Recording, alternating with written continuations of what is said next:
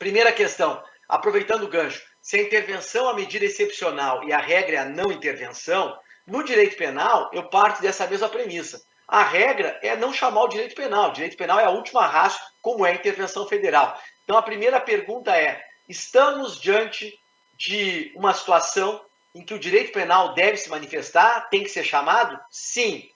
Nós estamos diante de condutas criminosas, de crimes graves, que atentam contra a democracia, que é um valor supremo para nós, contra instituições democráticas, contra o nível, são ataques pessoais, sabe, pessoal, são ataques em relação ao nível de evolução civilizatória e política e institucional que nós atingimos e que nós não queremos retrocesso. É uma vedação ao retrocesso democrático. Então, é caso de direito penal? Sim.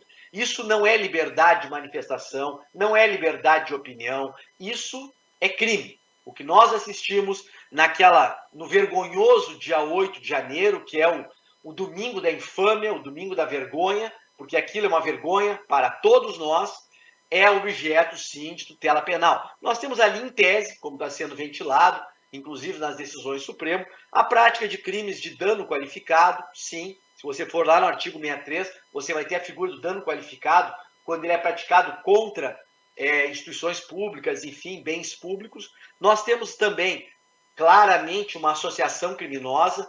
Existem várias pessoas que se reuniram, que planejaram este ataque. Houve uma articulação, um planejamento, divisão de tarefas, financiadores, executores materiais, pessoas que praticaram o induzimento à instigação moral. Então, sim, é caso de associação criminosa. E nós temos, obviamente, os tipos penais mais importantes, que estão lá no artigo 359, a linhas L e M, que é a tentativa de abolição violenta do Estado Democrático de Direito, e o próprio tipo penal é interessante, porque ele já pune o tentar. O tentar já é punido como se fosse consumado. E nós temos também o crime de golpe de Estado. O tentar já se... Até porque, se nós esperássemos o golpe de Estado se consumar, nós não teríamos nem essa punição, teríamos, então, os golpistas dominando e, obviamente, sem serem punidos. Então, é claro que tem que se punir a tentativa. Então, nós temos ali vários crimes em tese. Óbvio, como a Flávia falou, é uma situação única, inusitada. Mais de 1.500 pessoas foram presas. É algo vergonhoso e único na história, e tomara que tenha sido a última situação como essa. Bom, tivemos ali mais de 1.500 pessoas presas. Hoje, os números consolidados são 942 pessoas estão presas. Prisão preventiva. Então, vejam, nós tivemos prisão em flagrante de mais de 1.500 pessoas. Prisão em flagrante. Primeira questão, era caso de flagrante? Sim. Nós temos situações do artigo 302, inciso 3 e 4, porque era um flagrante ou do 3 ou do inciso 4, ou, em último caso, do artigo 303. Por quê? Porque a associação criminosa é um crime permanente. Então, era caso de flagrante para quem foi preso domingo e para quem foi preso na segunda-feira. Bom, uma vez feita a prisão em flagrante, o que nós vamos ter? A elaboração do auto de prisão em flagrante e depois a audiência de custódia para o juiz homologar ou não essas prisões em flagrante, legalidade ou não, relaxamento, ou ser mantida a prisão em flagrante, flagrante regular, havendo pedido de prisão preventiva ou temporária, então o julgador se manifestar sobre preventiva ou temporária. Claro que aqui tudo é macro, tudo afeta ao Supremo. Depois vamos falar um pouquinho sobre essa questão da competência do Supremo, que é problemática. Para mim é criticável, mas vou deixar para um segundo bloco de conversa. E aí vieram as audiências de custódia.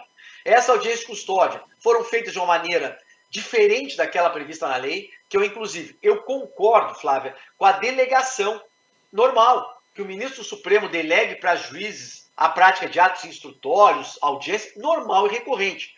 O que me incomodou foi uma delegação em parte, ou seja, o ministro Alexandre cindiu a audiência de custódia em 2 atos, e ela é um ato único.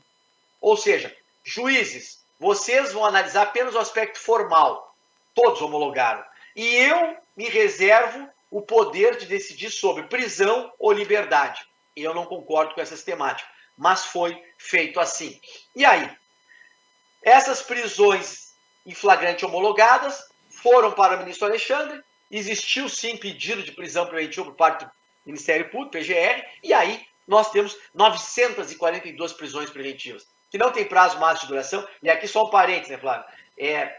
Eu me preocupa muito que o artigo 5º, inciso 78 da Constituição, foi a emenda constitucional 45, eu acho, de 2004, né? Me corrija se eu estiver errado, que trouxe o direito de ser julgado em um prazo razoável, que é o nosso mais jovem direito fundamental. O grande erro para mim no Brasil foi que nós temos o direito de ser julgado num prazo razoável, mas nós não temos direito, ou seja, prazo com sanção.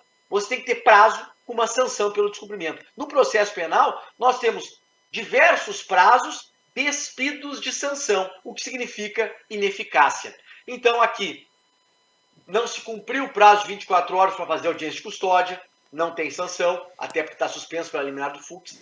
Depois, prisão preventiva, não tem prazo máximo de duração, o que é um erro, deveria ter prazo máximo de duração. E aí nós temos essas pessoas com prisão preventiva. Claro que essas prisões preventivas podem ser revisadas a qualquer momento. Eu até acredito que ao longo das próximas semanas, muitas dessas pessoas tenham essas preventivas convertidas em medidas cautelares diversas. Mas, para encerrar minha fala rápida, temos hoje 464 pessoas que não estão presas, mas estão submetidas às medidas cautelares diversas do artigo 319, o que também é normal, recorrente. E, em tese, cada caso foi analisado e verificado, e o ministro fundamentou em cima do periculum libertatis para manter as pessoas presas e para soltar com cautelar diversa.